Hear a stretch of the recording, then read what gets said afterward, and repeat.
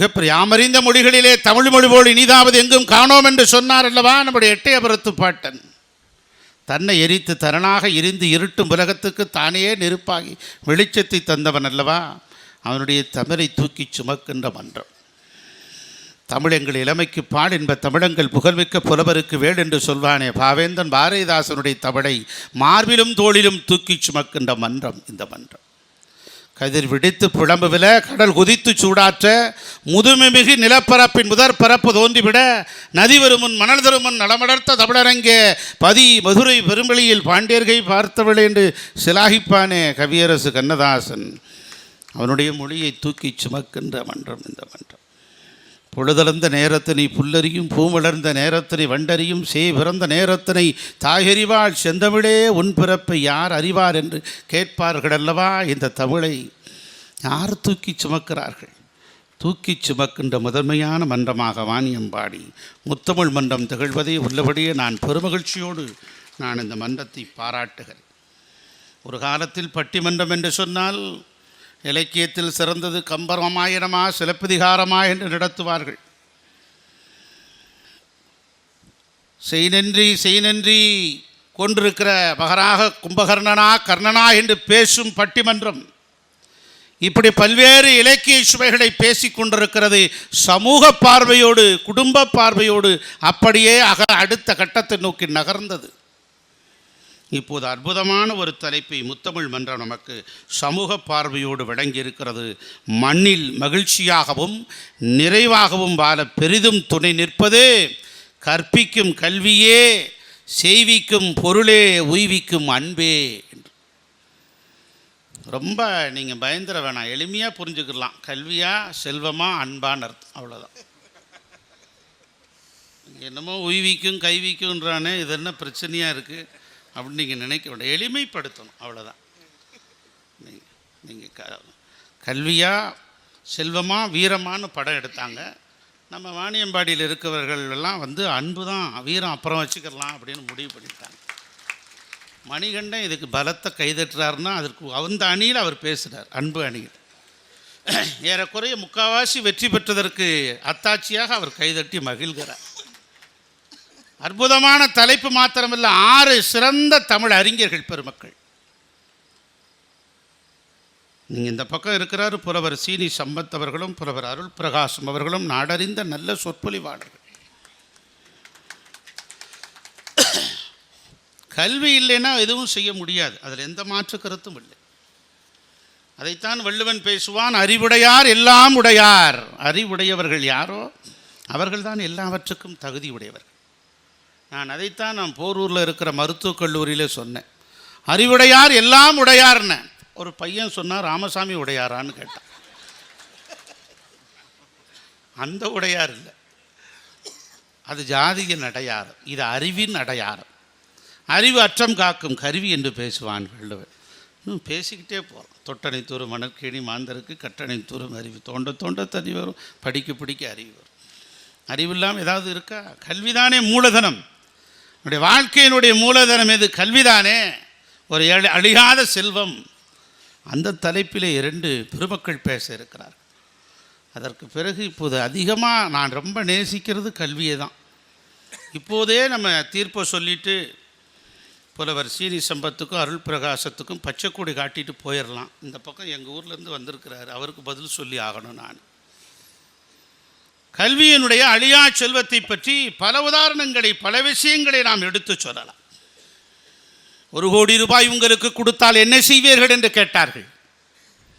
அவர் சொன்னார், நான் நூலகம் அமைப்பேன் என்று சொன்னார். அவர்தான் நம் தேசப்பிதா மகாத்மா காந்தி அவர்கள். ஒரு முறை லண்டனுக்கு சென்றிருந்தார் அண்ணல் அம்பேத்கர். அப்போது அவரை கேட்டார்கள், நீங்கள் எந்த இடத்தில் தங்க விரும்புகிறீர்கள் என்று.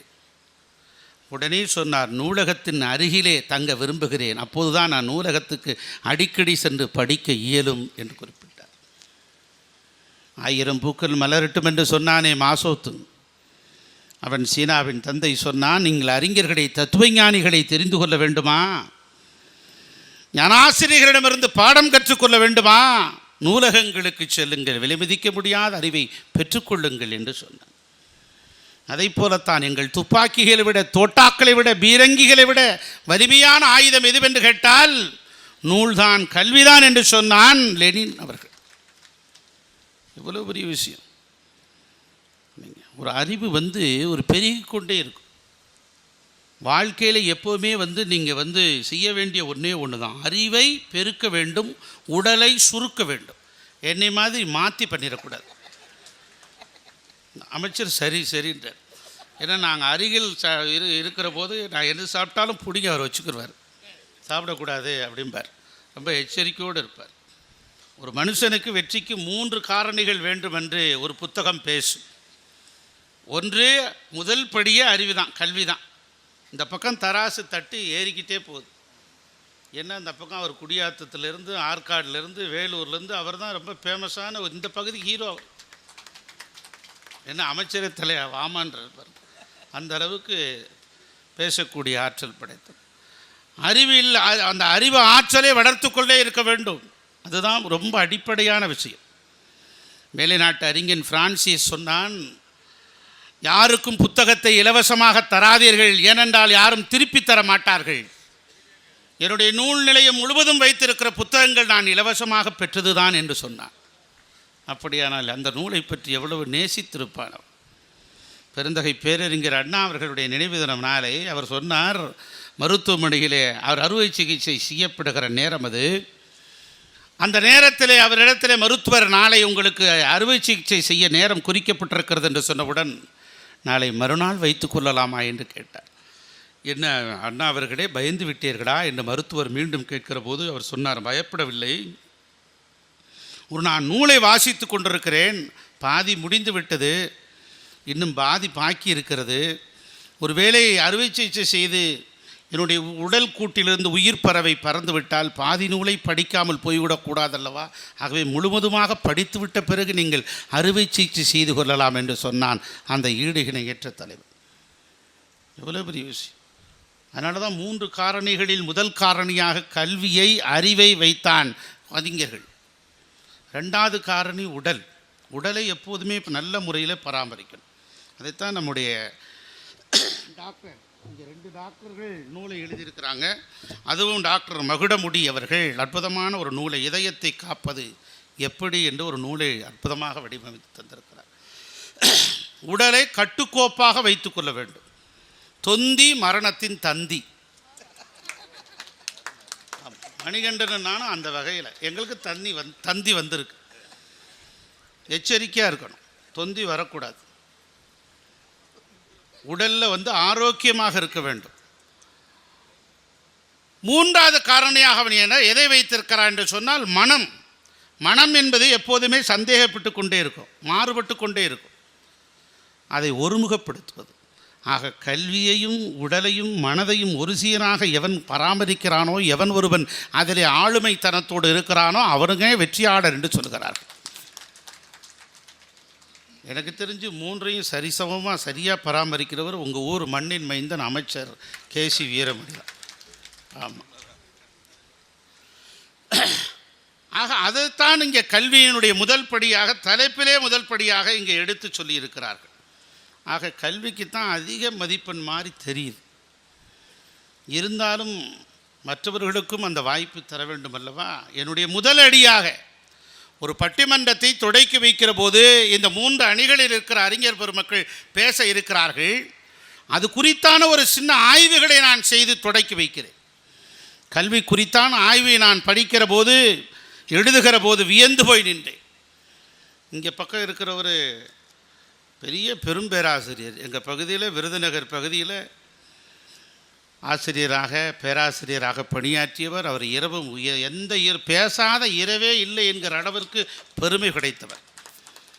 அவரை நான் 3-4 வருடங்களுக்கு முன்பாக மலேசியாவிலே சந்தித்தேன். மலேசியாவுக்கு சென்றிருக்கிற போது, இப்போது உங்கள் ஊரில் தான் சந்திக்கிறதுக்கு நல்ல ஒரு வாய்ப்பை பிரகாசமும் இங்கே இருக்கிற தலைவர்கள்லாம் ஏற்பாடு செஞ்சு கொடுத்துருக்கீங்க. பெரிய வாய்ப்பு.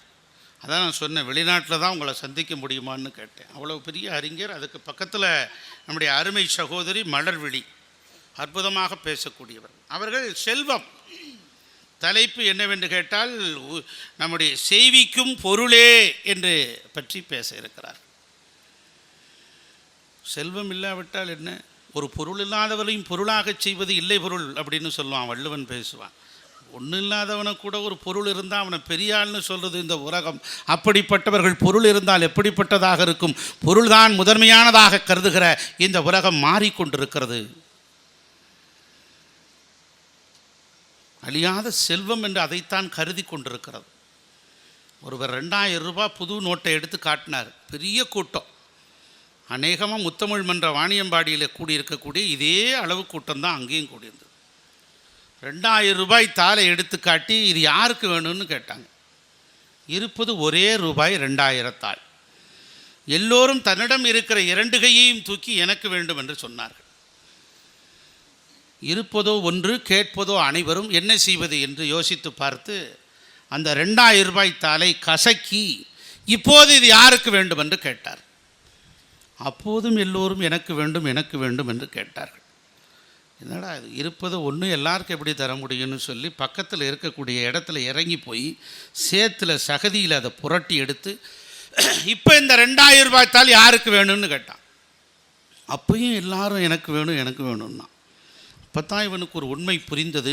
2000 ரூபாய் தாள், 2000 ரூபாய் நோட்டு புதிதாக இருந்தாலும் 1008 முறை கசங்கினாலும் அது சேற்றிலும் சகதியிலும் புரண்டாலும் கூட 2000 ரூபாய்ங்கிற மதிப்பை எந்த கட்டத்திலும் அது இழப்பதில்லை. அதனால தான் அந்த மதிப்பு குறையிறதில்லை. ஆனால் எந்த நிலையிலும் இருந்தாலும் அதை கேட்கிறார்கள். செல்வத்தினுடைய பெரும் ஒரு விஷயம் இல்லவா அது?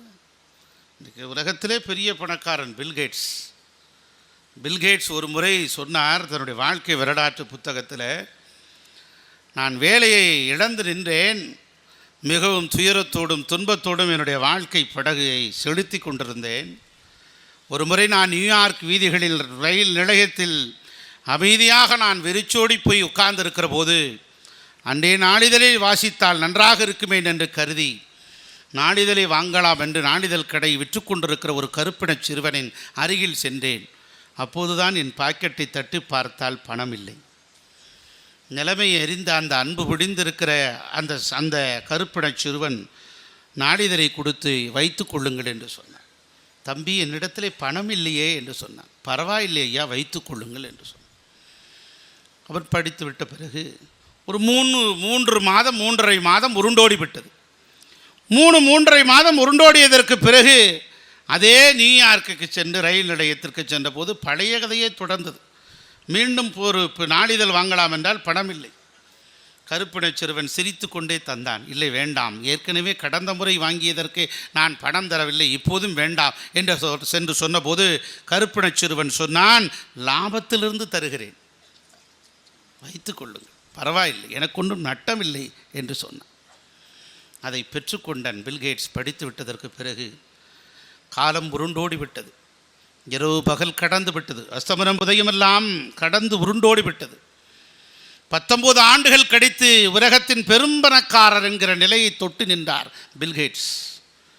அப்போது அவர் நினைத்து பார்த்தான், நியூயார்க் வீதிகளில் ஒரு கருப்பிடத்து சிறுவன் வாங்கிய 2 நாளிதழ்களை நமக்கு தந்த அந்த உயர்ந்த உள்ளம் படைத்த அந்த சிறுவனை சந்திக்க வேண்டும் என்று அந்த நியூயார்க்குக்கு செல்கிறார். ரயில் நிலையத்தில் தேடுகிறார், இல்லை. 1.5 மாத தேடுதலுக்கு பிறகு அந்த சிறுவனை பார்த்து விட்டார். அவனுக்கு 19 வயது கூடியிருந்தது. இளைஞனாக இருந்தான். அப்போது அவனை கேட்டான், நான் யார் தெரியுமா என்று கேட்டான். அவன் சொன்னான், பில்கேட்ஸ் தானே என்று சொன்னான். அப்படியா, மகிழ்ச்சி. நான் உன்னிடத்தில் 2 நாளிதழ் வாங்கியிருக்கிறேன், அதற்கு பணம் தரவில்லை, இப்போது தரலாம் என்று வந்திருக்கிறேன், என்ன வேண்டும் கேள் என்று சொன்னான். அந்த கருப்பினச் சிறுவன் சொன்னான், நீங்கள் ஏழையாக இருக்கிற போது நானும் ஏழையாக இருக்கிற போது 2 நாளிதழ்களை தந்தேன். நீங்கள் பணக்காரரானதற்கு பிறகுதான் அதை பணத்தை கொடுக்க வந்திருக்கிறீர்கள், அப்போது கொடுத்ததற்கு அது ஈடாகாது என்று சொன்னான். அப்போதுதான் பில்கேட்ஸ் சொன்னான், என்னை விட பெரும் பணக்காரன் நீதானப்பா என்று சொன்னான். ஒரு பணம் எப்படிப்பட்ட பாடுகளை படுத்தி கொண்டிருக்கிறது. அவற்றையெல்லாம் விளக்குவதற்கு நீலம் மதுமையனும் மடர்வழியும் வருகை தந்திருக்கிறார். ஆக இந்த பக்கம் கல்விதான் என்பதற்கு ஆதாரங்களை எடுத்து வைத்தால் இந்த பக்கம் பணம் என்பதற்கு பல்வேறு ஆதாரங்கள் இருக்கிறது. இன்றைக்கி இந்த பிரச்சனை இன்றைக்கி முடியாது போல தெரியுது. ஆமாம், வழக்கு ஒத்தி தான் வைக்கணும். பிரகாசம் ஒத்துழைச்சார்னா அடுத்த வாரம் புதுமையாக இதே அரங்கில் மணிகண்டன்ட்டு நான் தேதி வாங்கி தர்றது என் பொறுப்பு. இதே இடத்துல நம்ம நடத்திடலாம். தீர்ப்பு மட்டும் சொல்லலாம் 3 மணி நேரமாக. அந்த பக்கம் பார்த்தா அன்பு, விலை மதிக்க முடியாதது அன்பு. அன்பு எவ்வளோ பெரிய உயர்ந்த ஒரு இடத்தில் இருக்கிறது தெரியுமா? அன்பே தலையானது என்று சொல்வார்கள். அன்புக்கு முண்டோ அடைக்கும் தாள் என்று பேசுவான். எவ்வளோ அற்புதமான விஷயங்களை பேசுவான். ஸல்லல்லாஹு அலைஹி வஸல்லம் அண்ணல் மஹமதின் இடத்திலே போய் உலமாக்களெல்லாம் போய் கேட்டார்கள், நபியே நபியே உலகத்தில் எது பெரியது என்று கேட்டார்கள். அவர் நீங்களே சொல்லுங்கள் என்று சொன்னபோது ஸல்லல்லாஹு அலைஹி வஸல்லம் அமைதியாக இருந்து அந்த கேள்வியை அவர்கள் பக்கமே உருட்டி விட்டார். அவர்கள் சொன்னார்கள், மலை, மவுண்டன் இந்த உலகத்தில் பெரிதாக இருக்கிறது. அப்படிப்பட்ட பெரிதான அந்த மலையை உலகத்தின் உயர்ந்தது என்று ஒப்புக்கொள்வோமா என்று சொன்னபோது ஸல்லல்லாஹு அலைஹி வஸல்லம் அவர்கள் சொன்னார்கள், மலையையும் உடைக்கக்கூடியது உளி இருக்கிறதே என்று ஒரு கேள்வியை முன்வைத்தார். ஆமாம் நபியே நபியே, அதை நாங்கள் மறந்து விட்டோம். பெரிய மலையாக இருந்தாலும் உடைக்கக்கூடிய சின்ன உளி இருக்கிறது. அப்படிப்பட்ட ஒளியை நாங்கள் மறந்து விட்டோம். ஒளியை இந்த உலகத்தின் முதன்மையானது என்று ஒப்புக்கொள்வோமா என்று கேட்டபோது ஸல்லல்லாஹு அலைஹி வஸல்லம் மீண்டும் அமைதியாக வடிவமான அவர் சொன்னார், ஒளியையும் உருக்கக்கூடியது நெருப்பு இருக்கிறதே அல்லவா என்று ஒரு கேள்வியை முன்வைத்தார். ஆமாம் நபியே, ஆதி காலத்தில் சிக்கி முக்கி கல்லால் இருந்து தோண்டியது ஆதிக்கடவர் என்று சொல்வார்களே நெருப்பு, அந்த நெருப்பை இந்த உலகத்தின் முதல் பொருள் என்று நாம் ஒப்புக்கொள்வோமா என்று சொன்னபோது மீண்டும் ஸல்லல்லாஹு அலைஹி வஸல்லம் சொன்னார், நெருப்பையும் அணைக்கக்கூடியது தண்ணீர் இருக்கிறதே என்று ஒரு கேள்வியை முன்வைத்தார். 4 பகுதிகள் இருந்தாலும் 3 பகுதி கடலால் சூழப்பட்டது தானே இந்த நிலம். தண்ணீர் தான் இந்த உலகத்தின் முதன்மையானது என்று கொள்கை முடிவில் எடுத்து விடலாம் என்று எல்லோரும் ஏகோபித்த குரலை எழுப்பிய போது ஸல்லல்லாஹு அலைஹி வஸல்லம் கைகளை உயர்த்தி சொன்னார், தண்ணீர் பரப்பளவிலே விரிந்து பறந்து கிடந்தாலும் கைப்பிடி அளவை இருக்கிற இதயத்தின் வெளியாக சுரக்கிற அன்புதான் இந்த உலகத்தின் எல்லாவற்றுக்கும் தலையானது, விலை மதிக்க முடியாதது என்று சொன்னார். அதைத்தான் வள்ளுவன் சொன்னான், அன்புக்கும் உண்டோ அடைக்கும் தாள் என்று. இன்னைக்கு அண்ணன் கேசி வீரமணியை நான் பார்க்கிறேன். 20, 30, 25 வருடகாலமாக அண்ணன் காளிமுத்து அவர்கள் காலத்திலிருந்து பார்க்கிறேன். 2 மணி 3 மணி ஜோலார்பேட்டையினுடைய தொடர்வண்டியில் என்னை ஏற்றிவிட்ட காலம் தொட்டு அவரை நான் பார்க்கிறேன். அதற்கு பிறகு கடந்த 2013 12ஆம் வருடம் அமைச்சராகுவதற்கு 6 மாதத்துக்கு முன்பு திருப்பத்தூர் கம்பன் கடகத்திற்கு என்னை அழைத்து சென்று அவரும் இதே அரங்கிலே அமர்ந்து உட்கார்ந்திருந்த அந்த நிகழ்வுகளையும் பார்க்கிறேன். அவரை பார்த்து விட்டால் கண்களில் இருந்து ஓரமாக ஈரம் கசிகிறதே, அதுதான் அன்பின் அடையாளம். இந்த இயற்கை நமக்கு பாடம் நடத்துகிறது 2 விதத்தில். கண்களின் ஓரமாக கசிந்தால், வலதுபுறத்திலே கசிந்தால் அது மகிழ்ச்சியினுடைய அடையாளம், இடதுபுறத்திலே கசிந்தால் அது துக்கத்தின் பக்கம் நிற்கிறது என்று அர்த்தம். இதை உடனுடைய அமைப்பை பார்த்தீர்களா? எவ்வளோ ஒரு விஷயம். அப்படி அன்பு எல்லாவற்றுக்கும் தலையான ஒன்று. அந்த அன்பை தானே எல்லோரும் விலைமதிக்க முடியாது என்று சொன்னார்கள். அன்புதானே எல்லாவற்றுக்கும் ஒரு கூறு என்று சொன்னார்கள், தலையானது என்று காட்டுவார்கள். ஆக எதை விடுப்பது? எதையும் விடுக்க முடியாது. இப்போ தான் பிரச்சனையே தொடுக்க இருக்கிறது.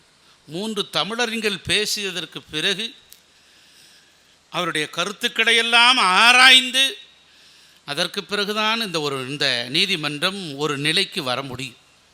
அற்புதம். ஒவ்வொரு அணிக்கும் சார்பாக பல்வேறு கருத்துக்களை நான் எடுத்து வைத்து, அன்பர்களே, நண்பர்களே, ஆண்டோர்களே, சான்றோர்களே, பட்டிமன்றம் மிக அற்புதமாக தொடங்க இருக்கிறது.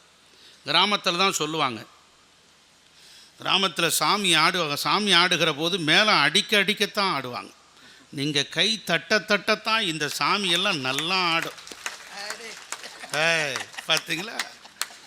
சாமி நல்லா ஆடும். அதனால் பாருங்கள், அப்படி நீங்கள் உற்சாகப்படுத்த எனக்கு வள்ளி திருமணம் மாதிரி காலையில் விடிஞ்சாலும் விடியலாம், ஆச்சரியப்படுறதுக்கு இல்லை. 4-5 ட்ரெஸ்ஸோட கவிஞர் மணிகண்ட வந்துட்டதான்னு எனக்கு சற்று முன்னர் கிடைத்த செய்தி. பரவாயில்லைன்னு சொல்லியிருக்காரு. பட்டிமன்றம் தொடங்க இருக்கிறது.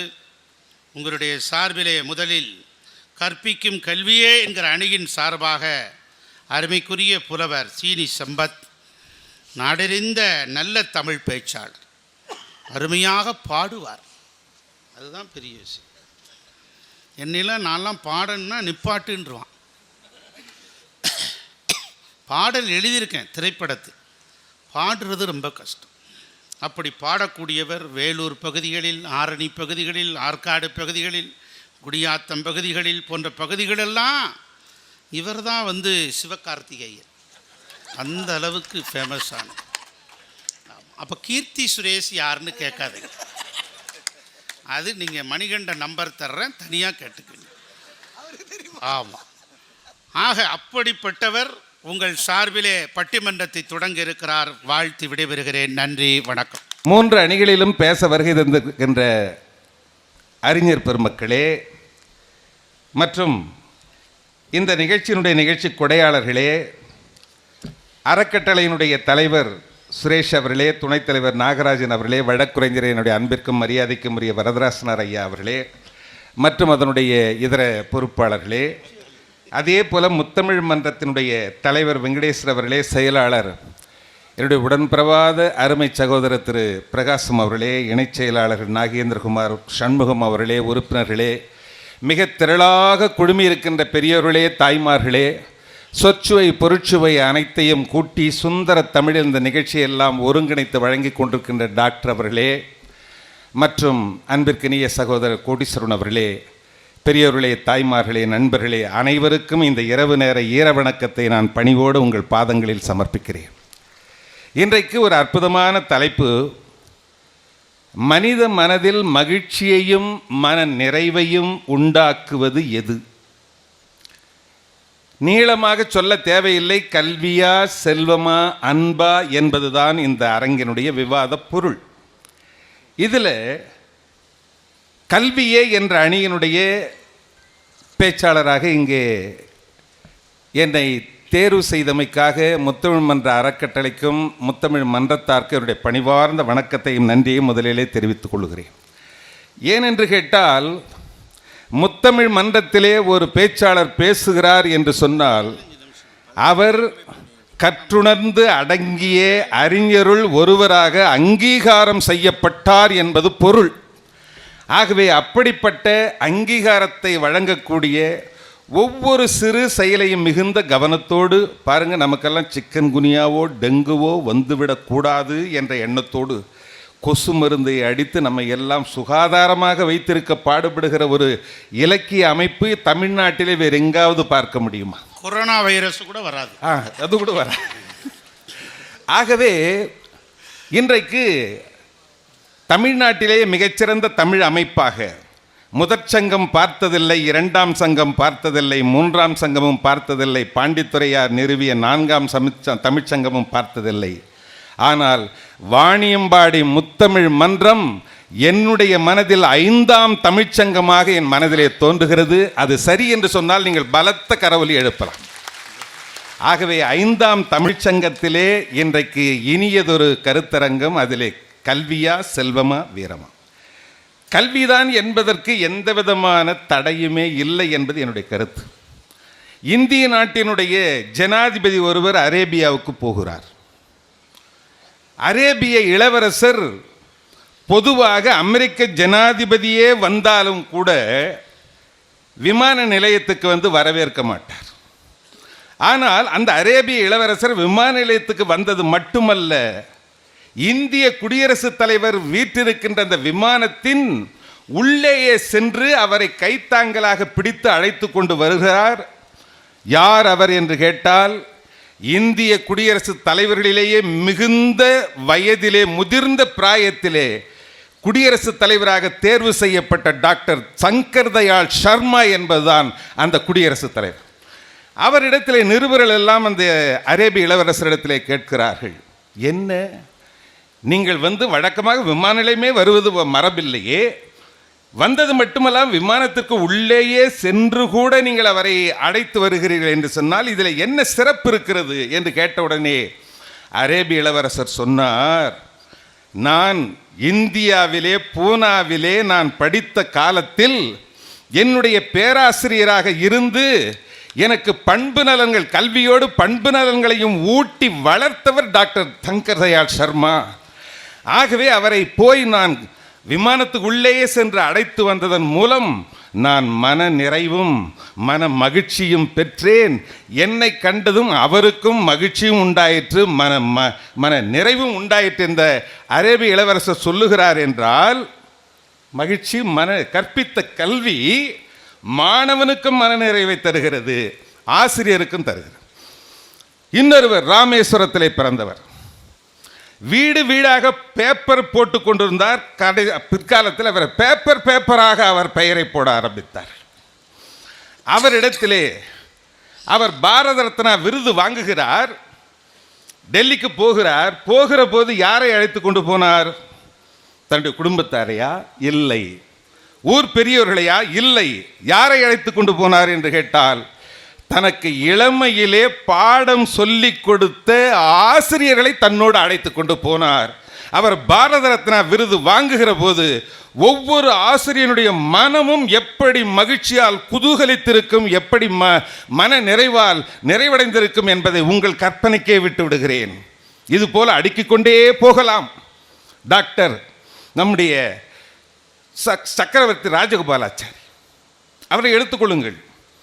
அவர் கவர்னர் ஜெனரலாக இருந்திருக்கிறார், கல்கத்தாவினுடைய கவர்னராக இருந்திருக்கிறார், தமிழ்நாட்டினுடைய முதல்வராக இருந்திருக்கிறார்.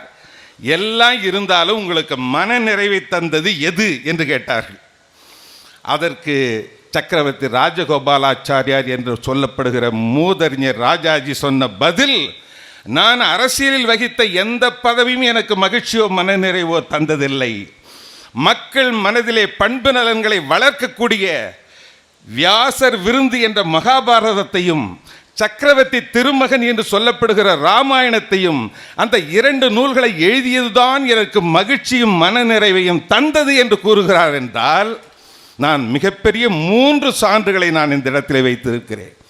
இந்த பணம் இருக்கே, இந்த பணத்தை மாதிரி மனுஷனுக்கு ஆபத்தை தர்ற பொருள் எதுவுமே கிடையாது. ஏன்னு கேட்டால், பணம் சேர சேர சேர மனிதனுடைய குணம் மாறும். பணம் சேர சேர மனிதனுடைய குணம் மாறும். அதனால்தான் கவியரசு கண்ணதாசன் என்ன தெரியுமா பாடினாரு?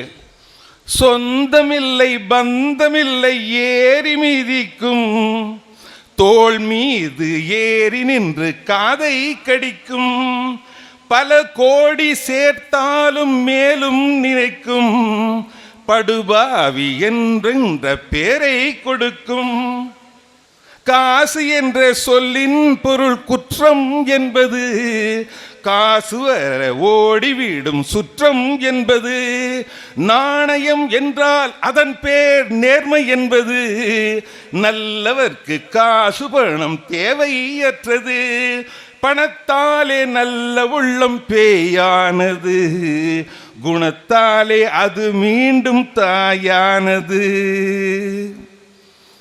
பணத்தை பற்றிய ஒரு பாட்டு. பணம் வந்து சேர்ந்துச்சுன்னா மனுஷனுடைய குணம் மாறுங்க. ஒரு துறவி என்ன பண்ணார்? மலை குகை ஒன்று வெளியே வரும்போது, ஐயோ குகையில் எமன் இருக்கான், குகையில் எமன் இருக்கான்னு ஓடி வந்தார். அதை பார்த்தாங்க 3 பேர். குகையில் யமனா? உள்ளே போய் பார்த்தா மலையாட்டை குவிச்சு வச்சிருக்குது பொற்காசுகள். என்னடா இது? இந்த காசை பார்த்துட்டு இந்த சாமியாருக்கு என்ன புத்திகிதி கெட்டு போச்சா? எமன் இருக்கான்னு சொல்லிட்டு ஓடி வர்றாருன்னு சொல்லிட்டு உள்ளே போனவுடனே 3 பேர் உட்காந்து பங்கு போட்டுக்கலான்னு முடிவு பண்ணாங்க. ஒருத்தனை போய் சாப்பாடு போய் கீழே போய் வாங்கிட்டு வாடா, நாங்கள் அது வெளியே இதை பார்த்துக்கிறோன்னா. அவன் போன உடனே இந்த 2 பேரும் பேச ஆரம்பித்தாங்க. பணம் வந்தால் குணம் மாறுன்னு சொன்ன இல்லையா? பேசுகிறாங்க. எதுக்கு 3 பங்கு தரணும்னு சொன்னேன்? நாம் 2 பேரும் நீண்ட கால நண்பர்கள். அவன் நேற்று வந்து ஒட்டினவன், அவனுக்கு எதுக்கு பங்கு தரணும்? அதனால் அவன் வரும்போது வாசலில் 2 இல்லை இங்கே வைங்க, வாசலில் 2 பேர் நம்ம 2 பக்கம் நின்றுக்குவோம். ஆளுக்கு ஒரு கல்லை எடுத்து தலைமையில் போட்டுருவோம். என்னன்னா அதே மாதிரி அவன் சாப்பாடோடு வந்தான். ஆளுக்கு ஒரு பக்கம் கல்லை எடுத்து அவன் தலைமையில் போட்டாங்க. வந்தவன் செத்துவிட்டான். இந்த 2 பேர் என்ன பண்ணாங்க? ஆசையாக அவன் வாங்கிட்டு வந்த மட்டன் பிரியாணி, சிக்கன் குஷ்கா எல்லாத்தையும் வாங்கி சாப்பிட்டுட்டு அந்த பணத்தை பக்கம் போகலான்னு போனான். வாயின்னு வந்த சாப்பாட்டில் விஷத்தை வச்சு இவங்க 2 பேரும் தீர்த்து கட்டலான்னு அவன் நினைச்சது தெரியல. இவங்க 2 பேரும் அதை சாப்பிட்டுட்டு இவங்க செத்து போயிட்டாங்க. இப்போ சாமியார் சொன்னது சரியா போச்சா? குகையில் யமன் இருக்கான்னு சொன்னது சரியா போச்சுங்களா? ஆகவே பணம் என்பது அந்த காலத்திலேயே வில்லிபுத்தர் ஆழ்வார் பாடினாருங்க, செல்வம் வந்து ஒற்ற காலை தெய்வமும் சிறிது பேணார். பணம் சேர்ந்துருச்சுன்னா தெய்வத்து மேலே மரியாதை இருக்கலாம். செல்வம் வந்து உற்ற காலை தெய்வமும் சிறிது பேணார், சொல்வன அறிந்து சொல்லார். என்ன பேசுற நினைப்பே இல்லாம பேசுவாங்க. சுற்றமும் துணையும் நோக்கார், வெல்வதே நினைவதன்றி வெம்பகை வலிது என்று எண்ணார், வல்வினை விளைவும் போரார், மண்ணின் மேல் வாழும் மாந்தர்னு பாடுறாங்களே. அந்த அளவுக்கு பணம் என்பது ஒரு கூர்மையான கத்தி, இருபுறமும் கூர்மையான கத்தி. விருதுநகர் அண்ணா, இருபுறமும் கூர்மையான கத்தி. கையாள தெரிந்தால் உன்னை அது காயப்படுத்தாது, கையாள தெரியவில்லை என்று சொன்னால் உன்னையே குத்தி காயப்படுத்தி விடும். அப்படிப்பட்ட கடுமையான ஆயுதம் பணம். ஆனா பணம் இருந்தா உலகத்தில் மதிக்கிறாங்க, அது வேற. உன்னை விட பெரிய பணக்காரன் வந்தான்னா உன்னை தூக்கி தூரம் போட்டுருவாங்க. சரி, பணத்தையே நான் தாக்கிறேன்னு நினைக்க வேண்டாங்க. இந்த அன்பு இருக்கு பாருங்க, அன்பு என்னவோ நல்லது தான். தீபத்தை வைத்து கொண்டு திருக்குறளும் படிக்கலாம், வீட்டையும் எரிக்கலாம்னு பாட்டு எழுதுனாங்க அன்னைக்கு. அதே போல் அன்புன்ற சொல்ல இன்னைக்கு இருக்கிற நிலைமையில் ரயிலில் நான் போயிட்டு இருந்தேன் சார். ரயிலில் போயிட்டு இருந்தேன், பசியாக இருக்கேன்னு ஒரு பிஸ்கட் எடுத்து சாப்பிட ஆரம்பித்தேன். பக்கத்தில் ஒரு குழந்தை என்னையே பார்க்குது. சரி, அதுக்கு தான் ஒன்று கொடுக்கலாமேன்னு சொல்லிட்டு அன்போட, உய்விக்கும் அன்போட அதுக்கு நான் ஒரு பிஸ்கட் எடுத்து கொடுத்தேன். அது வரலையும் அவங்க அம்மா எங்கே இருந்தாலோ தெரியல, திகிடுன்னு ஓடியாண்டா, பிஸ்கட்டை பிடிங்க தூரம் போட்டா, பலாருன்னு வாய் மேலே ஒரு அடி அடித்தா, பிஸ்கட் வந்து வெளியே விழுந்துச்சு. அதுக்கப்புறம் அந்த குழந்தைய பார்த்து சொல்கிறா, கண்டவங்கெல்லாம் கொடுக்கறத வாங்கி தின்னக்கூடாது, அப்படி தின்னா என்ன பண்ணுவாங்க தெரியுமா, இவங்க உன்னை கூட்டிகிட்டு போய் கண்ணை தோண்டி நாக்க அறுத்து பிச்சை எடுக்க வச்சுருவாங்க, புரியுதா அப்படின்னு ஒன்று. இப்போ எனக்கு எப்படி இருக்கும்? நான் அன்பு காட்ட போனேன், அன்பு காட்ட. அதே ரயிலில் ஒரு நாள் ரயிலில் திரும்பி வந்துட்டு இருக்கேன், ஒரு ஆள் வந்து என்கிட்ட, சார் எங்கள் அம்மா சார் ரொம்ப வயசானவங்க, அவங்க பெர்த்தில் கொஞ்சம் லோயர் பெர்த்தாக கொடுத்தா கொஞ்சம் நல்லாயிருக்கும், அதனால் 13க்கும் 17க்கும் இன்டர்சேஞ்ச் பண்ணிக்கலாமா அப்படின்னார். இந்த அம்மா பார்த்தா உண்மையிலே வயசானவங்க, அதனால் நம்ம அம்மாவாக இருந்தால் நம்ம இடம் கொடுக்க மாட்டோமா அப்படின்னு நினச்சிட்டு அந்த அம்மா அவங்க படுக்க வச்சுட்டு, ஆமாம் 17வது பெட்டில் இருந்து யாரோ படுத்துன்னு இருக்காங்களே, என்ன சார் 17ங்கிறது சீட் நம்பர் இல்லை, கோச் நம்பருன்னா. அப்போ நான் இதை தேடி நடந்து நடந்து நடந்தே எனக்கு ராவெல்லாம் விடிஞ்சு போச்சு. அன்பு சார், அன்பு. இன்னைக்கு அந்த அளவுக்கு இன்னொன்று, ரோட்டில் அடிபட்டு விழுந்து கிடந்தான் ஒருத்தன், எல்லாரும் வேடிக்கை பார்த்துட்டு போகிறாங்க. அவனை கூட்டு போய் ஆஸ்பத்திரியில் சேர்த்து சொந்தக்காரருக்கெல்லாம் ஃபோன் பண்ணி அட்வான்ஸ் எல்லாம் கட்டி, சரி தம்பி நான் போயிட்டு வரட்டுமா அப்படின்னு சொல்லிட்டு நான் புறப்படுறப்ப, சார் எல்லாரும் ரோட்டில் வேடிக்கை பார்த்துன்னு தான் சார் போனாங்க, ஒரு பயலாவது என்னை கூட்டு வந்து ஆஸ்பத்திரியில் சேர்க்கணுன்ற அக்கறை இருந்துச்சா சார்? ஒருத்தனு கூட இல்லை சார். நீங்கள் மனுஷன் சார், நீங்கள் மனுஷன். என்னை கொண்டு வந்து சேர்த்து எங்கள் சொந்தக்காரருக்கெல்லாம் ஃபோன் பண்ணி அவங்க கையில் என்னை ஒப்படைச்சிட்டு பாருங்க. உங்களுக்கு நன்றின்னு ஒரு வார்த்தை சொன்னால் பத்தாது சார், உங்களுக்கும் எனக்கு பட்டது போலவே உங்களுக்கும் அடிப்படணும். உங்களை கூட்டு வந்து நானும் ஆஸ்பத்திரியில் சேர்த்து உங்கள் சொந்தக்காரருக்கெல்லாம் ஃபோன் பண்ணணும், அப்போ தான் சார் என் ஜென்மமே ஆறும்னா. இதுதாங்க இன்றைய சூழ்நிலை அன்பு என்றால். அதனால்தானே கண்ணதாசன் பாடினார், வாத்தியார் வாயசைத்தார் என்னண்ணன் படத்தில், கொடுமையை கண்டவன் கண்ணை இழந்தான், அதை கோபித்து தடுத்தவன் சொல்லை இழந்தான், இரக்கத்தை நினைத்தவன் பொன்னை இழந்தான். இரக்கம்னா அன்பு, அன்பின் விளைவு. இரக்கத்தை நினைத்தவன் பொன்னை இழந்தான், இங்கு எல்லோர்க்கும் நல்லவன் தன்னை இழந்தான், எல்லோர்க்கும் நல்லவன் தன்னை இழந்தான். கடவுள் ஏன் கல்லானான், மனம் கல்லாய் போன மனிதர்களாலே. கல்லாய் போன மனிதர்கள் நிரம்பிய உலகம் இந்த உலகம். இதில் அன்பு காட்டுகிறவர்கள் அன்பு காட்டினால் அவன்தான் ஏமாளியா போயிடுவான். முட்டை ஒன்று சொல்லி முடிச்சிருங்க. முட்டை ஒரு 10-15 அடிக்கு சைக்கிளில் வெட்டினான் ஒரு பையன், சின்ன பையன், 10 வயசு கூட இருக்காது. என்ன பண்ணால் யாரோ ஒருத்தன் வந்து இடித்தான், கீழே விழுந்து முட்டை எல்லாம் ரோட்லேயே உடஞ்சி போச்சு. அந்த நேரத்தில் எல்லாரும் போல் நானும் பார்த்தேன், நாக்கு சப்பு கொட்டினேன். என்ன செய்ய முடியும்னு ஒரு ஆள் சொன்னா, என்ன சார் எல்லாரும் பார்த்துட்ருக்கீங்களே. அவங்க முதலாளிக்கு அந்த பையன் என்ன பதில் சொல்லுவான்? முதலாளி வேலையை விட்டே தூக்கிடுவார். அதனால் ஆளுக்கு கொஞ்சம் காசு போட்டு நாமளாவது இந்த உடஞ்ச முட்டைக்கு ஈடு தரலாம் சார்னு சொல்லிவிட்டு அந்த ஆள் எடுத்து 10 ரூபா கொடுத்தான். நான் என்ன பண்ணேன், என் கையிலேருந்து ஒரு 100 ரூபாய் எடுத்து கொடுத்தேன். எல்லாரும் அதே போல் கொடுக்கவே உடஞ்சி போன முட்டையை விட அவனுக்கு காசு அதிகமாக சேர்ந்து போச்சு. எல்லாரும் போயிட்டாங்க. அந்த பையனை பார்த்து நான் சொன்னேன், ஆமாம், இவ்வளவு அதிகமான சுமையை இந்த வயசில் உங்கள்கிட்ட அனுப்பினாரே, அந்த முதலாளி கொஞ்சம் கூட ஈவிரக்கல்லம் இல்லாத ஆளாக தான்பா இருக்கணும். அந்த முதல்ல பணம் கொடுத்து 10 ரூபா கொடுத்து உதவனா இருப்பாருங்க, அவர் மட்டும் இல்லைன்னா இந்த முட்டை உடஞ்சதுக்கு ஈக்குவலாக உனக்கு காசு கிடச்சிருக்குமான்னு. சார், விவரம் தெரியாமல் பேசாதீங்க, முதல்ல 10 ரூபா கொடுத்தவன் தான் எங்கள் முதலாளி. அப்போ என்ன 100 ரூபா கொடுக்க ஏமாத்தானா? அதனால் கல்வி இருக்கிறதே, அந்த கல்வி எவ்வளவு சேர்ந்தாலும் அவன் பண்படுவானே அன்றி அவன் நஷ்டமடைய மாட்டான். பணம் அதிகமாக அதிகமாக அதிகமாக பயம் அதிகரிக்கும். இதை எப்படி காப்பாற்றுவது? பகைவர்கள் அதிகமாவார்கள். கொடுத்தால் அது குறையும். ஆனால் கல்வி என்பது கொடுக்க கொடுக்க வளரும். அப்படிப்பட்ட அந்த கல்வி அறிவினுடைய முற்றிய நிலை மெய்யறிவு. நடுவர் அவர்களே, நான் பணிவோடு உங்கள் கவனத்துக்கு இதை கொண்டு வர விரும்புகிறேன். அந்த கல்வியறிவினுடைய முற்றிய நிலை என்ன?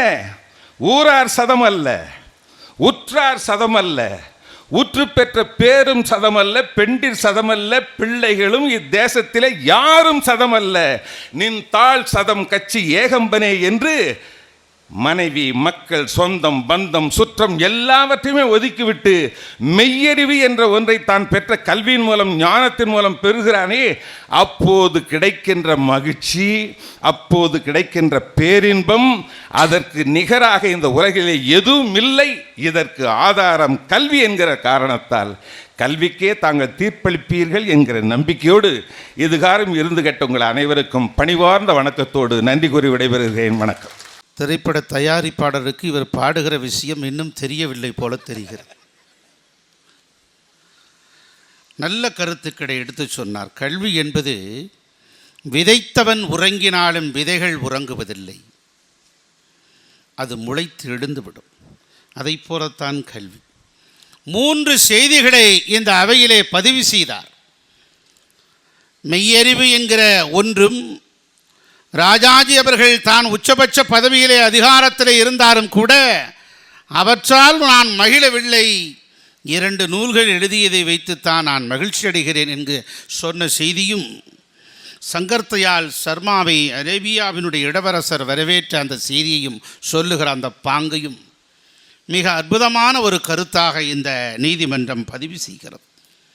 தன்னுடைய பேச்சாலும் பாட்டாலும் இந்த அவையையே கட்டி போட்டார். அதான் ஒரு பேச்சாளனுக்கு வேணும். ஒரு பேச்சாளன் தன்னுடைய பேச்சாலை கட்டி போடணும். பேசி முடித்த பிறகு பேச்சாளனை கட்டி போட்டுறக்கூடாது. யாரா கூப்பிட்டு வந்தது புலவர அப்படின்னு சொல்லி. ஆக அவர் முதல்ல நன்றி சொல்லிட்டார் பிரகாசத்துக்கு, எல்லாருக்கும் என்னை இந்த கூப்பிட்டதுக்கு ரொம்ப நன்றின்னு சொன்னார். அற்புதமானவரை நீங்கள் அழைத்து வந்திருக்கிறீர்கள். மிக சீரிய கருத்துக்களை இங்கே எடுத்து வைத்தார். கர்ம வீரர் காமராஜர் அவர்கள் முதலமைச்சராக இருக்கிற போது மருத்துவக் கல்லூரிக்கு இடத்தை 10க்கு மேற்பட்ட இடங்களை தமிழக அரசே ஒதுக்கலாம். ஆயிரக்கணக்கான விண்ணப்பங்கள் வந்திருக்கிறது, பரிந்துரை விண்ணப்பங்கள். இவற்றை எதை தேர்ந்தெடுப்பது, எதை எடுப்பது, எதை விடுப்பது தெரியாமல் குழம்பினார்கள் மூத்த IAS அதிகாரிகள் உட்பட தலைமைச் செயலாளர் வரை. உடனே முதலமைச்சரிடத்திலே கொண்டு போய் இதை சொல்லிவிடலாம் என்று முதலமைச்சர் காமராஜர் அவரிடத்திலே கொண்டு போய் அந்த ஆயிரக்கணக்கான விண்ணப்பத்தை கொடுத்து, இதில் 10 பேரை தேர்ந்தெடுக்க வேண்டும், நாங்களும் 1 மாதமாக முயற்சி செய்து முடியவில்லை, இன்னும் 2 நாளில் அறிவித்தாக வேண்டும், கடைசி நாள் வந்துவிட்டது, நீங்கள் இதிலிருந்து 10 பேரை தேர்ந்தெடுத்து விட்டால் பிரச்சனை இல்லை, நீங்களே தேர்ந்தெடுத்து கொடுங்கள் என்று சொன்னார். உடனே காமராஜர் எல்லாத்தையும் அப்ளிகேஷன்லாம் எடுத்தார். ஒவ்வொன்றா பார்த்துட்டு இருந்தது. ஒரு 15-20 மணித்துளிகளில் 10 பேர் எடுத்து 10 அப்ளிகேஷன் கொடுத்து இவங்களுக்கெல்லாம் MBBS சீட்டு ஒதுக்கிடுன்னார். உடனே தலைமைச் செயலாளருக்கு வியப்பு. என்னையா 1 மாதமாக நாங்கள் முயற்சி பண்ணி நடக்கலை, நீங்கள் எல்லாம் 10 இதை எடுத்து கொடுத்துட்டீங்களே, எந்த அடிப்படையில் கொடுத்தீர்கள் என்று தெரிந்து கொள்ளலாமா? தயவுசெய்து தவறாக நினைக்க வேண்டாம், சொல்வீர்களா என்று கேட்டார். உடனே காமராஜர் சொன்னார், இது சாதாரண விஷயம், பெரிய விஷயம் ஒன்றும் இல்லை. பெற்றோர் கையொப்பம்ங்கிற இடத்துல எங்கெல்லாம் கை நாட்டு வச்சுருந்தானோ அந்த அப்ளிகேஷன் எடுத்து கொடுத்தேன். கை நாட்டு வச்சிருக்கவன் அவன் வீட்டு பிள்ளை எம்பிபிஎஸ் படிக்கட்டும்னு நினச்சேன் அப்படின்னு சொன்னார். அதுதான் ஒரு அறிவு என்பது எத்தகைய ஒரு ஆளுமை மிக்கது என்பது இன்றும் நாம் சொல்லுகிறோம். இந்த நேரத்திலும் கூட அந்த செய்தியை சொன்னால் நீங்கள் கண் கலங்குகிறீர்கள், உருக்கமடைகிறீர்கள், கைதட்டுகிறீர்கள் என்று சொன்னால் அதுதான் அறிவு.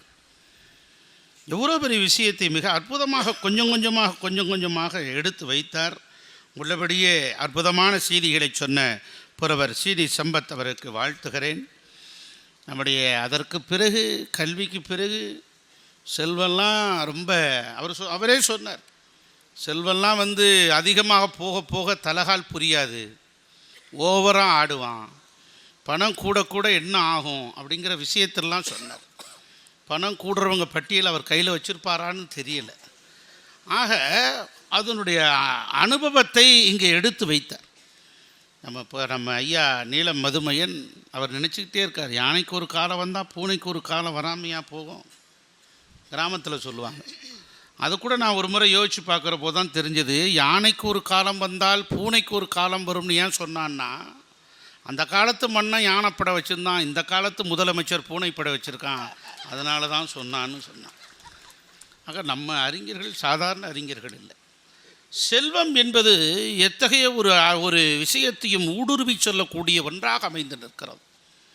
பொருள் இல்லை என்று சொன்னால் எந்த விஷயத்தையும் ஆட்டி படிக்க முடியாது. பண்டமாற்று இருந்த காலகட்டத்தில் சங்ககாரம் தொடங்கி எகிப்திய நாகரிகம் தொடங்கி மெசபடோமியா பாபிலோனியா நாகரிகத்திலிருந்து யூப்ரட்டிஸ் டைகிரஸ் நதிக்கரை யோரத்திலிருந்து தொடங்கிய அந்தகால வரலாற்றிலிருந்து நாகரிகத்திலிருந்து தொடங்கி நீங்கள் பார்ப்பீர்கள் என்று சொன்னால், தற்போது இருக்கக்கூடிய இந்த காலகட்டத்தில் பணத்தை வைத்துத்தான் எதையும் நாம் பெற வேண்டும்.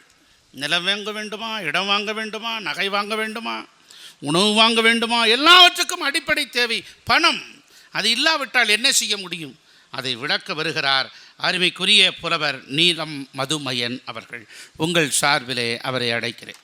போற்றுதலுக்கும் பாராட்டுதலுக்கும் உரிய மாண்புமிகு அமைச்சர் அவர்களே, அன்பிற்குரிய சகோதரர் பிரகாசம் அவர்களே,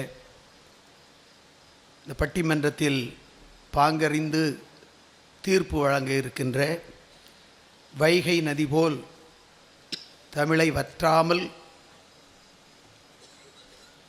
பேசி அனைவரையும் கவர்கின்ற பேரன்பிற்குரிய சகோதரர் மேனாள் அமைச்சர் எங்கள் அன்பிற்குரிய நடுவர் அவர்களே, 3 அணிகளிலும் வாதாட வந்திருக்கின்ற அறிஞர் பெருமக்களே, பேரளவில் அல்லாமல் பெருமளவில் கூடி இந்த பட்டிமன்றத்தை ரசித்து கொண்டிருக்கின்ற நண்பர்களே, உங்கள் அத்தனை பேருக்கும் என்னுடைய அன்பு கனிந்த வணக்கத்தை தெரிவித்துக் கொள்ளுகிறேன்.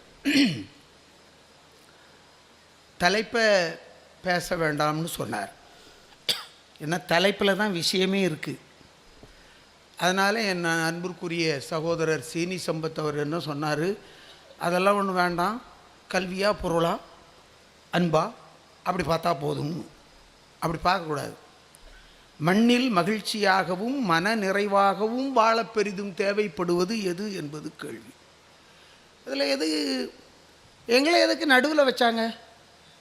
இப்படி ஒரு கேள்வி வரல. ஏன் பொருளேன்னு முதல்ல கூப்பிட்டுருக்கலாம்ல, கூப்பிடல.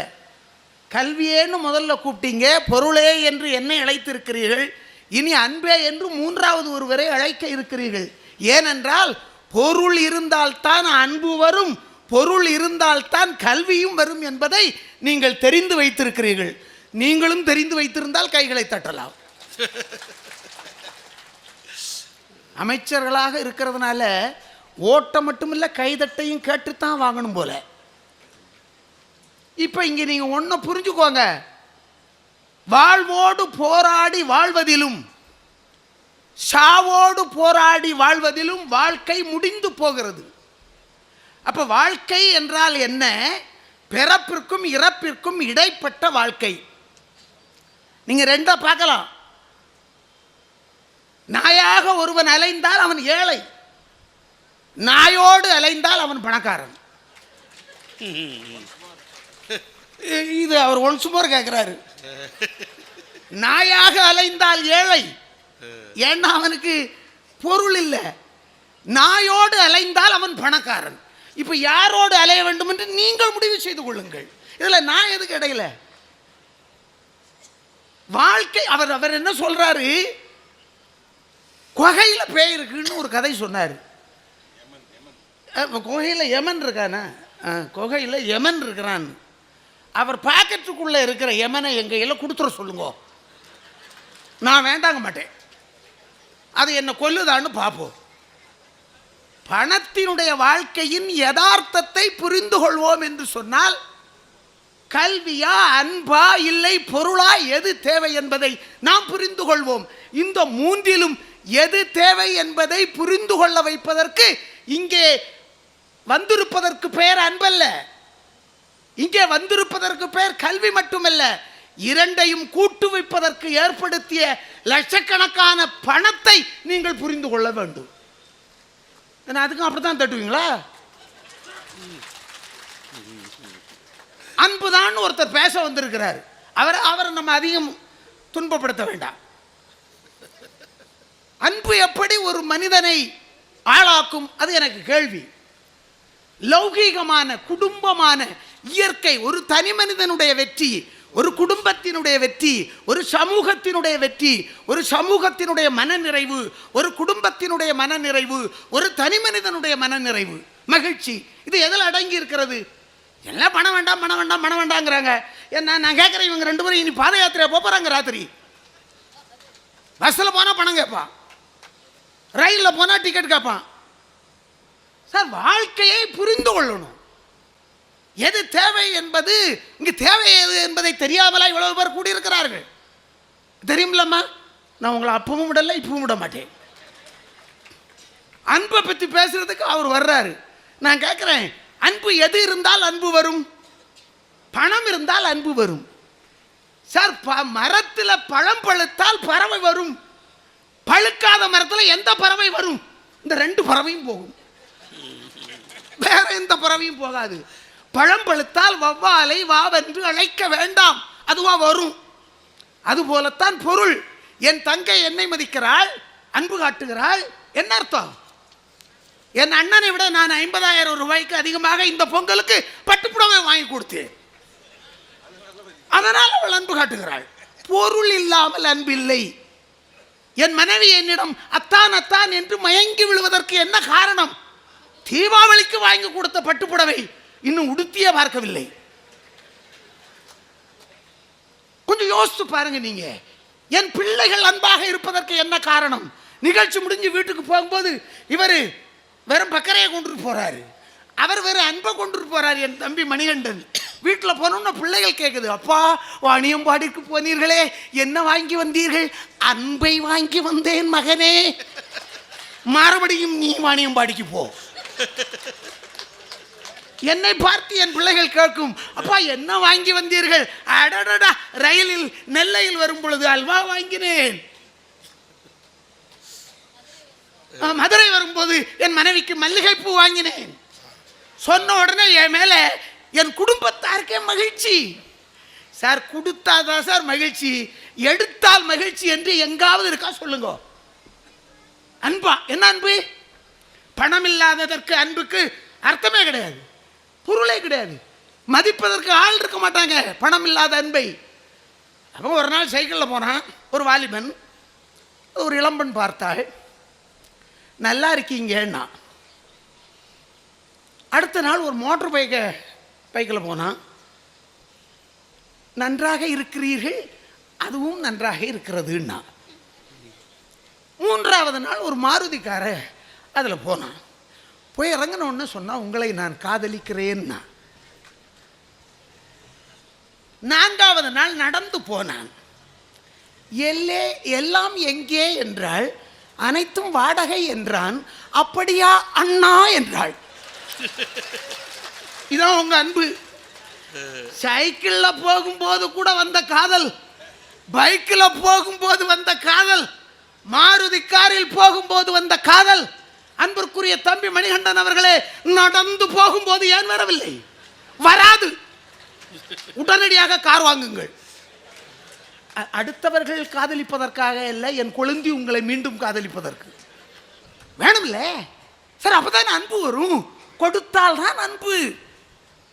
அவர் பெரிய கல்வி ஆசிரியர் சார், பள்ளிக்கூடத்தில் வாத்தியாராக பணியாற்றணுங்கிறதுக்காக கல்வி தான் சிறந்ததுன்னு பேசணும்னு யாராவது சொல்லியிருக்காங்களா?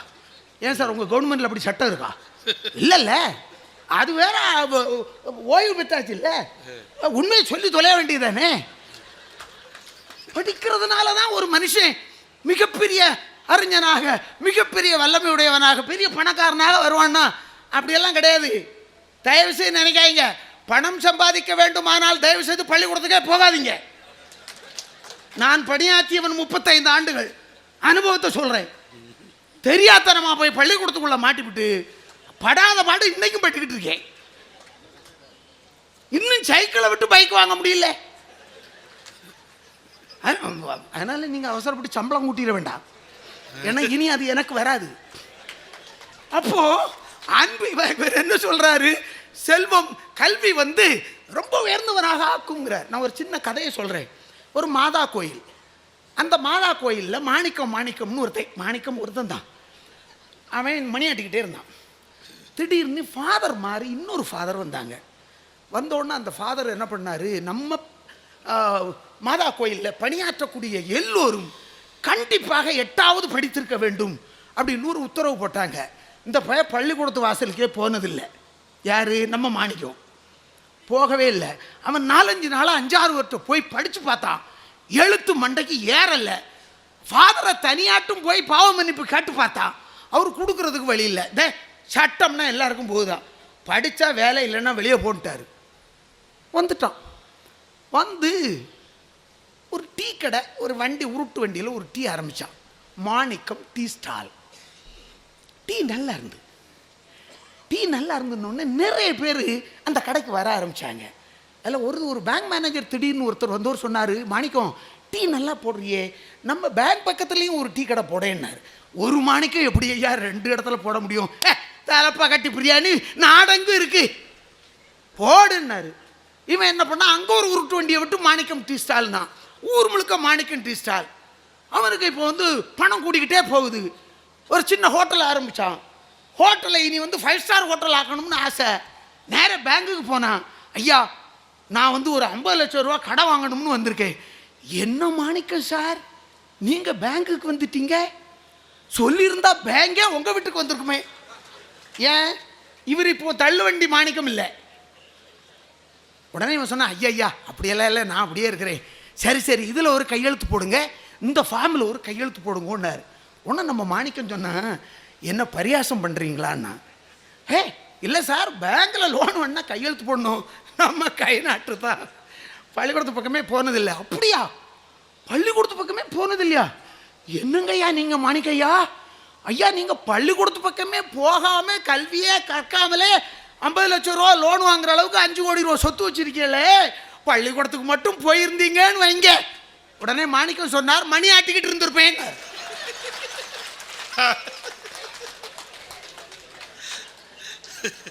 இந்த இருக்காங்கல்ல 2 பேர், இவங்க உங்க எல்லாரையும் மணி ஆட்டுங்கிறாரு.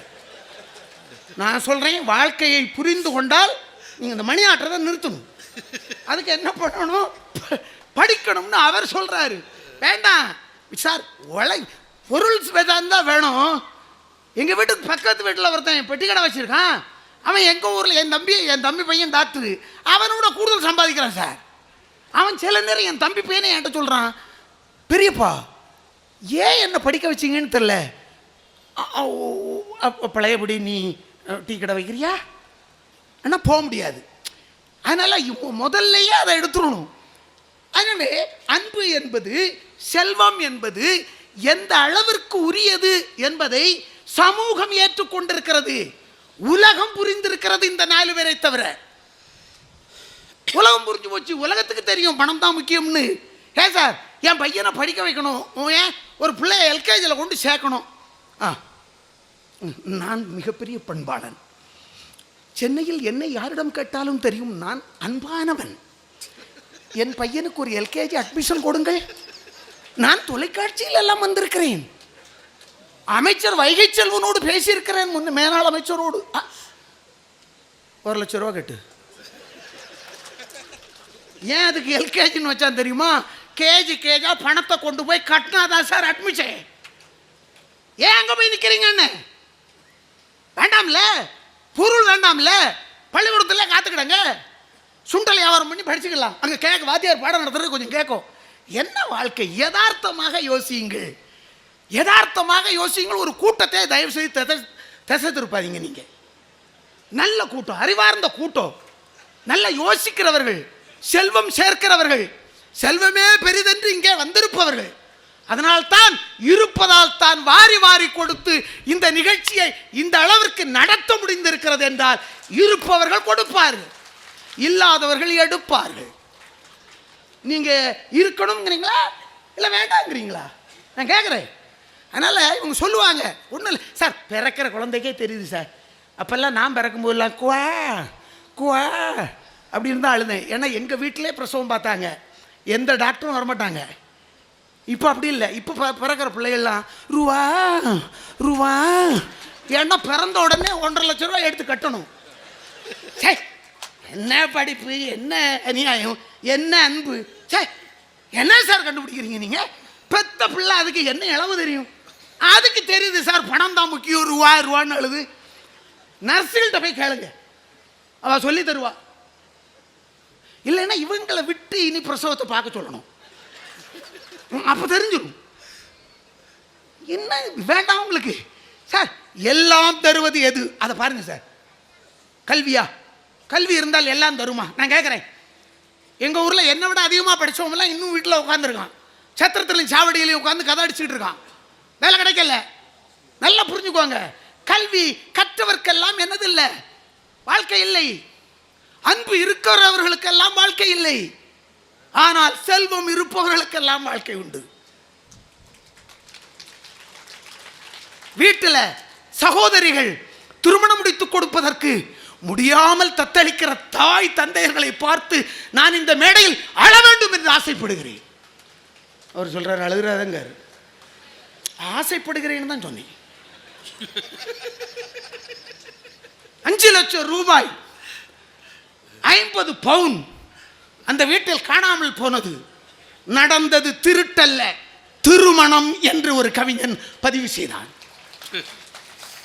வேணுமில்ல சார், இருந்தா தான் அவ வெளியே போவா. சும்மா பாட்டு மட்டும் பாடுறீங்க. புருஷன் வீட்டில் வாழ போகும் பொண்ணே தங்கச்சி கண்ணே, கொஞ்சம் பணத்தை கொடுத்து விட்டா அவ சந்தோஷமா போவா. தயவு செய்து வெறுங்கையோடு அனுப்பிடுறாங்க, உங்க டிகிரி இனி ஆகாதுன்னு கொடுத்து விட்றாங்க. ஆக ஒரு கவிஞன் எழுதுகிறான், என் தமக்கைக்கு திருமணம் முடிந்தது, மகிழ்ச்சி.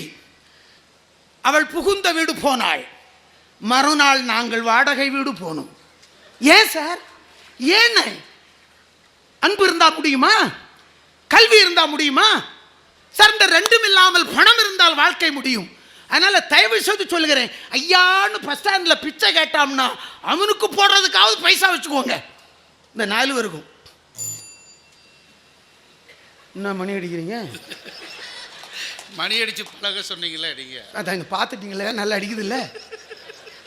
அதனால தான் வள்ளுவன் சொன்னான், நடுவர் அவர்கள் சொன்னார்கள், பொருள் அல்லவரை பொருளாக செய்யும் பொருள் அல்லது இல்லை பொருள் என்றார்.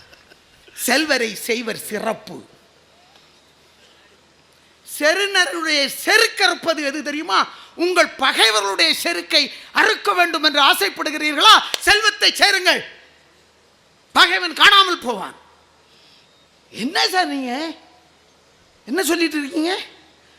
இந்த ஒன்றை சொல்லி முடிச்சுடுறேன். கல்யாணம் வீட்டுக்கு போயிருந்தேன் என் கிராமத்தில். மாப்பிள்ளைய மாதிரி ஒருத்தன் அசப்பில் அங்கிட்டும் இங்கிட்டும் ஓடிக்கிட்டு தெரிஞ்சான், கிழிஞ்ச பனியே, அழுக்கு வேட்டி. ஆனால் மாப்பிள்ளை மாதிரியே இருந்தால் மாப்பிள்ளைகிட்ட கேட்டால் இல்லை இது ஆடுறான்னு. என்ன இப்படி கட்டுவிட்டியே? நம்ம தோப்பில் கிராமத்தில் வேலை பார்க்குறான் இல்லையா, தூரத்து சொந்தம்ட்டான். சொந்த தம்பியே சார், சொந்த தம்பியை தூரத்து சொந்தங்கிறான், அழுக்கு வெட்டி கிழிஞ்ச சட்டை. 10 நிமிஷம் ஆகல, எங்கள் அண்ணனை மாதிரி வெள்ளையும் சொல்லையுமா ஒரு டயோட்டா காரில் ஒருத்தர் வந்து இறங்குறாரு, சீனி சம்பத் மாதிரி ஓடி போகிறான். ஓ ஓ அண்ணா வாங்க வாங்க, வீட்டில் நல்லா இருக்காளா, அவங்க இல்லையா, வாங்க வாங்கன்னு ஓடி வந்து தான் கட்டி இருக்கிற வேட்டியை எடுத்து நாற்காலியை தொடச்சி உட்கார வைக்கிறான். மெதுவாக கிட்ட போய் கேட்டேன், இல்லை இது ஆடுறான்னு. என்ன இப்படி கட்டுப்பிட்டியே? எங்கள் தங்கச்சி 2வது ஒரு தங்கச்சி இருக்கல்ல, அம்மா அவ்வளோ நாமக்கல்ல கட்டி கொடுத்துருக்குல்ல, அதில் இந்த முட்டை வியாபாரம் பார்க்குறாருல கோழி பண்ணை, ஆமாம் அவருக்கு தம்பி இருக்கார்ல 2ஆவது உள்ளவர், ஆமாம் அவருக்கு தானே ராசிபுரத்தில் கட்டியிருக்கு, ஆமாம் அதில் 3 பேர் அதில் கரகரன்னு ஒருத்தி இருப்பாள்ல அவளை தானே சென்னையில் கட்டி கொடுத்துருக்கு, அந்த சினிமா கம்பெனியில் இருக்காளையா, ஆமாம் அவனுக்கு மச்சா இருக்காம்ல, அவனுக்கு எங்கே ஒன்று எடுத்துருக்குன்னு நினைக்கிய கும்பகோணத்தில், ஆமாம் அவனுக்கு குழந்தையா 2 பேர் உண்டுல, அதில் மூத்தவர்கள் காலேஜ் லெக்சரு, இல்லை அவளுக்கு தானே நாகர்கோயிலில் பொண்ணு எடுத்துருக்கலாப்பா, ஆமாம் அவருக்கும் நாங்கள் ரொம்ப க்ளோஸ் இல்லை. எப்போ டயோட்டா காரில் வந்தா தமிழ்நாட்டையே சுற்றி சொந்தம் கொண்டாடுகிறான் மனிதன். அடுத்தால பிரகாச மன்னன் தம்பி பேசலைன்னாலும் கவலை இல்லை, ஆனால் அவர் விட மாட்டார், அவர் ஒரு ஆயுதத்தோடு தான் வந்திருக்கிறார். ஆகவே அன்பிற்குரியவர்களே, பிறப்பு முதல் இறப்பு வரை தான் வாழ்க்கை. இந்த வாழ்க்கையை அனுபவிப்பதற்கும் வைத்து வாழ்வதற்கும் வழங்கி மகிழ்வதற்கும் பொருள் வேண்டும் என்று சொல்லி வாய்ப்பிற்கு நன்றி சொல்லி உங்களிடமிருந்து விடைபெற்றுக் கொள்பவன் கன்னியாகுமரி நீலம் மதுமையன். நன்றி சகோதரர்களே. நண்பர்களே, நம்முடைய புலவர் நீலம் மதுமையன் அவர்கள் பேசுவார், பாடுவார், நடிப்பார் என்று சொன்னார்கள். 3 அதில் சரியாக பண்ணிட்டார். அவர் பன்முகத்தன்மை படைத்தவராக இருக்கிறார். அவர் என்னைய கூட பல பேர் சொல்லுவாங்க, நீங்கள் பன்முகத்தன்மை படைத்தவர் என்று சொல்லி. என் மனைவி சொல்வார், அவர்கள் சொல்வது உண்மைதான், பன்முகத்தன்மை என்பது உண்மைதான், பண்ணு முகம் என்று சொல்லுவார். நான் அரசு தலைமை கொறடாவாக பொறுப்பேற்ற போது என்னுடைய மகள் நற்றினை இடத்திலே கேட்டேன், ஒரு கவிதை சொல்லப்பா அப்பாவை பற்றி பதவியை பற்றி என்று சொல்லி. உடனே சொன்னாள், கொறடா கொஞ்சம் உடம்பை கொறடா என்று சொல்லி. ஆக மிக அற்புதமான வார்த்தைகளை இங்கு நம்ம எல்லாம் கட்டி போட்டார். நாயோடு போனால் அவன் பணக்காரன், நாயா அலைஞ்சா அவன் ஏழை அப்படின்னு. பொழப்புக்காக மீன் பிடிச்சா அவன் ஏழை, பொழுதுபோக்கு மீன் பிடிச்சா அவன் பணக்காரன். மரங்கள் பட்டு போனால் பறவைகள் வருவதில்லை, நன்றாக வாழ்ந்தவன் கெட்டு போனால் உறவுகள் வருவதில்லை என்று ஒரு கவிதை பேசி எவ்வளோ பேர் அனுபவிச்சிருக்காங்க பாருங்கள். புலவர் சீனி சம்பத் இதெல்லாம் பார்க்கணும். பள்ளிக்கூடத்துக்கு போனால் என்னெல்லாம் செய்கிறாங்கன்னு சொன்னார். ஒரு கவிஞன் சொன்னான், மகனே உன்னை பள்ளிக்கூடத்துக்கு அனுப்புவதை பற்றி நான் கவலைப்படவில்லை, கற்பதற்கு நீ தெருவுக்குத்தானே வந்தாக வேண்டும் என்று சொன்னான். கவிப்பேரரசு வைரமுத்து கவிதை. ஆக ஒரு ஒரு ஒரு யதார்த்தத்தை மிக அற்புதமாக படம் பிடித்தார். ஒரு கவிஞன் சொன்னான், வரதட்சணை வீட்டில் போய் எவ்வளோலாம் பணத்தை எடுத்துடுறாங்க அப்படின்னு திருமணம் என்கிற திருட்டு என்பதை எடுத்து சொன்னார். அற்புதமான கவிஞருக்கு சொந்தக்காரர் அவர். நான் மாணவர் பருவத்தில் இருந்தபோது காலம் தொட்டே அவருடைய பேச்சை, எழுத்தை, கவிதையை நாங்கள் ரசித்து வருகிறோம். அவர் நிறைய பட்டிமன்றத்துக்கு தலைமை தாங்கியிருக்கார். நான் இன்றைக்கி எனக்கு ராசி பலனில் அதிர்ஷ்டம்னு போட்டிருந்தது, அதனால் நான் தலைமை தாங்கியிருக்கேன். 7ஆம் இடத்து சுக்கிரனும் 9ஆம் இடத்து சனியும் 11ஆம் இடத்துல இருக்கிற சந்திரன் உச்சத்தை நோக்கி பார்க்குறான். அது பரிவர்த்தன யோகம், திரிகோண யோகம்னு சொல்வான். 4, 5, 6, 7 கூடியவன் ஒன்றாக உட்கார்ந்து 11ஆம் இடத்தை பார்த்தால் அது அதியோகம்னு சொல்லுவான். அப்படி ஒரு யோகம் இருக்கிறதுனால அவருக்கு நான் தலைமை தாங்கியிருக்கேன். மற்றபடி தலைமை தாங்குகிற தகுதி வாய்ந்த அறிஞர் அவர். ஒவ்வொரு விஷயத்தையும் யதார்த்த வாழ்க்கைக்கு எது தேவை, பொருள் இல்லாமல் ஏதாவது செய்ய முடியுமா? இன்றைக்கி புலவர் சீனி சம்பந்தம் இங்கேருந்து குடியாத்தத்துக்கு நடந்தே போயிடுவார். அவர் கன்னியாகுமரிக்கு போக முடியுமா? பஸ்ஸில் போகணும், பஸ் இல்லைன்னா ட்ரெயினில் போகணும், ட்ரெயின் வசதி இல்லைன்னா ஒரு கார் எடுத்துகிட்டு டாக்ஸி எடுத்துக்கிட்டு வீட்டுக்கு ஊருக்கு போகணும். இதுக்கெல்லாம் பணம் இருந்தால் தானே வருவான். அதைத்தான் யதார்த்தத்தை இங்கே பதிவு செய்தார். மிக அற்புதமான கருத்து. ஒரு கவிஞன் சொன்னான், பொருளாதாரத்தை பற்றி பேசுகிறீர்களே, பெண் வீட்டில் வந்து பொருளா தாரம் என்று கேட்டான். தாரம் என்பது பொருளா என்று கேட்டான். அந்த வார்த்தையே 2ஆக உடைத்து போட்டு அதைத்தான் நீங்கள் எடுத்து சொன்னார். வாழ்க்கை இந்த உலகம் எப்படி இருக்கிறது? இன்றைக்கி புலவர் சீனி சம்பத் ஐயா வந்து வாயை கொடுத்து வசமாக அவர்கிட்ட மாட்டிக்கிட்டார். இன்னைக்கு மீதி வந்து மணிகண்டனும் இருக்கிறார். ஒருத்தர் என்ன பண்ணால், ஒரு புதுசாக ஒரு பாலம் கட்டினாங்க. பாலம் கட்டின உடனே வந்து எல்லாரும் திறந்து விட்டுட்டு கார்கள் 100 கார் போகுது, எல்லாம் வரிசையாக கார் போகுது. 100வது காருக்கு 1,00,000 ரூபாய் பரிசுன்னு அறிவித்தாங்க. அந்த ஊர் மேயர், நகரத்து மேயர் அமர்ந்திருக்கிறார், போலீஸ் அதிகாரிகள் இருக்கிறார்கள். ஒரு வரிசையாக கார் போய்கிட்டே இருக்கு. 100வது கார் வந்த உடனே அதை நிறுத்தி, நீங்கள் 100வது இடத்துக்கு வந்திருக்கீங்க, 100வது காருக்கு தான் பரிசு, கார் ஓட்டுற டிரைவர் இறங்கி வாங்க, இந்தாங்க 1,00,000 ரூபா உங்களுக்கு, வாழ்த்துக்கள் அப்படின்னு சொன்னாங்க. அவன் 1,00,000 ரூபா வாங்கிறதுக்கு போனான். பக்கத்தில் இருந்த கமிஷனர் கேட்டார், இந்த 1,00,000 ரூபா வச்சு முதல்ல நீங்கள் என்ன செய்ய போகிறீங்கன்னு கேட்டார். அவன் சொன்னான், முதல்ல நான் டிரைவிங் லைசன்ஸ் எடுக்க போகிறேன்னு சொன்னான். இதான் வாயால் வந்த வினை.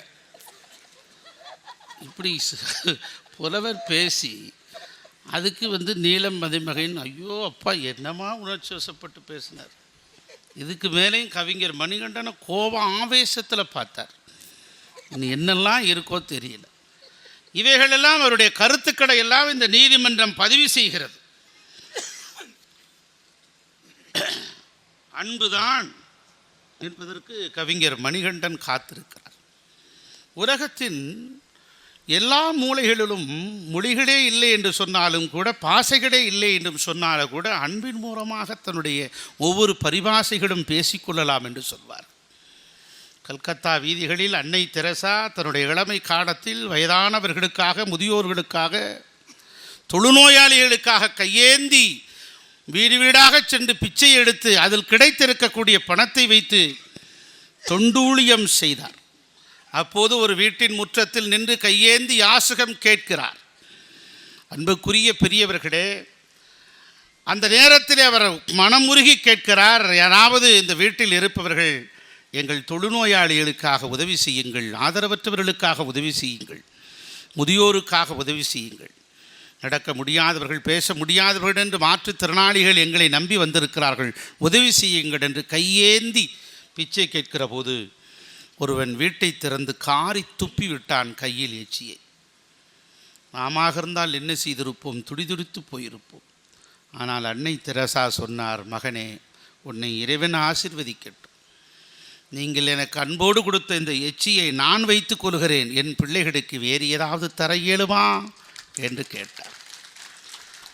இப்போது நினைத்தாலும் என் உடல் புல்லரிக்கிறது. அவருடைய வாழ்வின் வரலாற்றின் பக்கங்களை வாசிக்கிற போது கல்லூரி காலங்களில் நாங்கள் படித்து கண்ணீர் சிந்திய அந்த நூல்கள் எத்தனை ஒரு ஆழத்தை தந்திருக்கிறது. அந்த அன்பு என்பதை மறுக்க முடியுமா? இந்த தகவல் உங்களுக்கு பிடிச்சிருந்தா லைக் பண்ணுங்க, உங்க ஃப்ரெண்ட்ஸுக்கு ஷேர் பண்ணுங்க, மறக்காம எங்க சேனலுக்கு சப்ஸ்கிரைப் பண்ணுங்க.